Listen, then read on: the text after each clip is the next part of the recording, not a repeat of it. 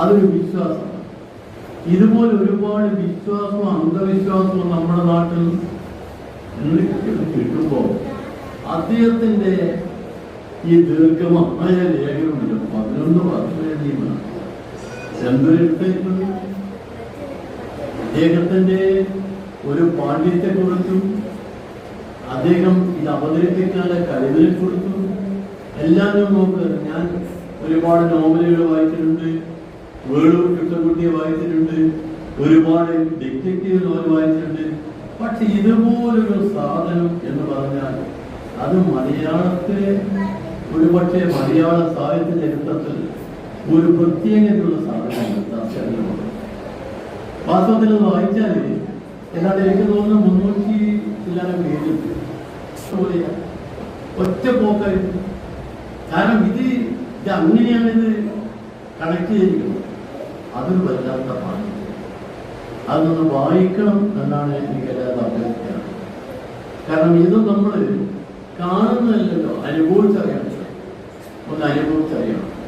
അതിൽ പറയുന്ന കാര്യം എല്ലാം ഞാൻ എന്നോട് പറയുന്നില്ല.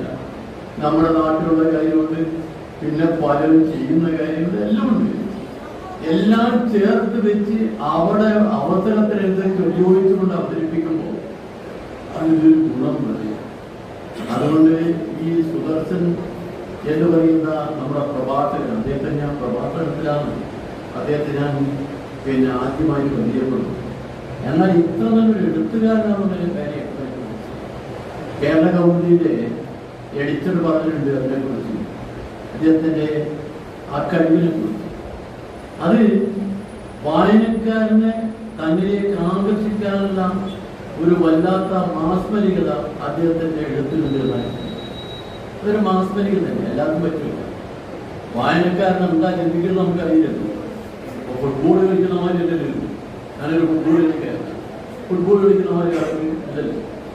എഴുത്ത് എന്ന് പറയുന്നത് അത് ഒരുപക്ഷെ എങ്ങനെ വരുന്നെന്നുള്ളതൊക്കെ എനിക്കറിയില്ല.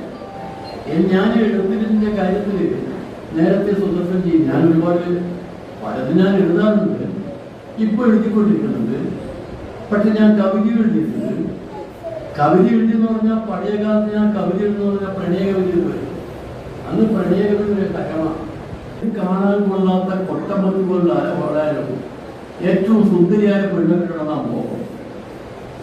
ഇത് പുരുഷന്മാർക്ക് തന്നെ ഉണ്ട്. മോനെ ഒന്നിനും കൊള്ളാത്തൊരുത്തനായിരിക്കും, പക്ഷെ ഏറ്റവും സുന്ദരിയായ പെണ്ണ കിട്ടണം. ഇത് അവര് പെൺകുട്ടികൾക്ക് പിന്നെ യോഗ എന്ന് പറഞ്ഞ പോലെ അങ്ങനെയല്ലേ യോഗ വിദ്യ. അങ്ങനെ നമ്മുടെ പിന്നെ ലോക ആകമാനം കൊണ്ട് ആളുകൾ എപ്പോൾ ഓർക്കുന്ന മഹാഭാരതത്തില് ഏറ്റവും പ്രധാനപ്പെട്ട കഥാപാത്രങ്ങളും മഹാഭാരത കണ്ണുകെട്ട് നടത്തുന്ന പെണ്ണ്. ആ പെണ്ണിന്റെ കണ്ണുകെട്ടി നടക്കുന്നത് നമ്മളെ പറയുമ്പോൾ ആ പെൺകുട്ടി ഭർത്താവിന് കണ്ണു കാണാൻ വേണ്ടിയിട്ട്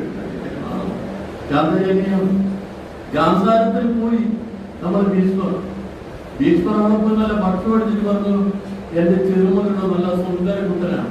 അതൊരു പെണ്ണ് പറഞ്ഞു. എന്റെ കണ്ടോക്കല്ലേ നമ്മളെ പെണ്ണ് തരാൻ പറഞ്ഞു. കല്യാണത്തിന് തടയുന്ന അവൾ അറിയുന്നുണ്ട്, ഞാൻ എന്റെ കല്യാണം കഴിക്കുന്നവർ കല്യാണത്തോട്. ആ പെണ്ണിന്റെ മനസ്സെന്തായിരിക്കും? അന്ന് മുതൽ ആ പെൺകുട്ടി മനസ്സിലാക്കി അന്നപ്പനൊരു കാര്യം ചെയ്യാം, എനിക്ക് ആരെയും കാണണ്ട, അവരെയും കാണണ്ട. അതൊരു ചതിയല്ലേ, വഞ്ചനയല്ലേ? അതാ ഭഗവാൻ ശ്രീനോട് അവസാനം പറയുന്നത്. കൃഷ്ണനോട് കുരുക്ഷേത്രം മുകളിൽ അവസാനം പറഞ്ഞത്, കൃഷ്ണ എന്തിനു വേണ്ടിയാണ് യുദ്ധം, എന്തു നേടി? ആ ദേഷ്യം മുഴുവൻ അവിടെ പ്രകടമായി മതി. ഞാൻ പറഞ്ഞു, നമ്മള് എത്ര കൊള്ളാത്തൊരായ തിരക്കിടില്ല, അവരുദ്ദേശിക്കുന്ന അസുന്ദരിയായ ലോകത്തൊന്നിനെ ഇതാണ് പൊതുവെ അനുഭവിക്കുന്നത്. ഞാനപ്പോ പെൺകുട്ടികളൊക്കെ ഇങ്ങനെ പ്രണയം കൊടുക്കും. പ്രണയമൊക്കെ എങ്ങനെ പറയും? കാർബൺ വെച്ചെടുക്കും. കാർബൺ വെച്ചെടുത്തിയാന്ന് പറഞ്ഞാൽ ഒരുപാട് കുട്ടികൾക്ക് ഒരുമിച്ച് കൊടുക്കാം. കാർബൺ ഇഷ്ടം പ്രണയം അപ്പൊ കൊടുക്കുമ്പോൾ അന്നേ നാളെ തന്നെ എവിടെ എന്താ കഴിയും ഓരോരുത്തരും കൊടുക്കും. കുഴപ്പമുണ്ടോ? ഇല്ല. എന്താണ് പ്രണയലേഖനം? എല്ലാവർക്കും ഒരേ കോപ്പിയാണ്, അതുകൊണ്ട് പഠിക്കാം. ഇങ്ങനെയായിരുന്നു. അപ്പോഴാണ് ഞാൻ എന്ത് ചെയ്യുന്നു പറഞ്ഞാൽ ഞാൻ കവിത എഴുതി. കവിതയിലെ കഥ പറയുമ്പോൾ സുദർശനി രസം അറിയോ? അന്ന് കവിത എഴുതിച്ച് ഞാൻ എല്ലാവർക്കും അയച്ചു കൊടുക്കും. ഒരാളും നിർത്തിയിരിക്കും. അവസാനം എന്നോട് പിള്ളേർ കൂടി വന്ന് ഒരൊറ്റ വഴിയുണ്ട്, പെണ്ണിനെ നിന്നു. ഞാൻ ഭൂരികാല എഴുതി പ്രമീള. പ്രമീള എന്ന് പറഞ്ഞാൽ പന്നേരി വരുമല്ലോ, അങ്ങനെ പ്രമീള എഴുതി. പ്രമീള കവിത എഴുതി അടുത്ത രണ്ടാഴ്ച ബാത്റൂമില്ലാത്ത ഭാരവത്തി നിർത്തിയിരിക്കും. പ്രമീളന്റെ മോഹം എൻ്റെ അമ്മ ആ കവിത വായിച്ചപ്പോ എനിക്ക് തോന്നി എനിക്കും എന്നെ പറ്റിയൊരു പതിവ് മാതൃഭൂമിയിലാണ് വന്നിരിക്കുന്നത്.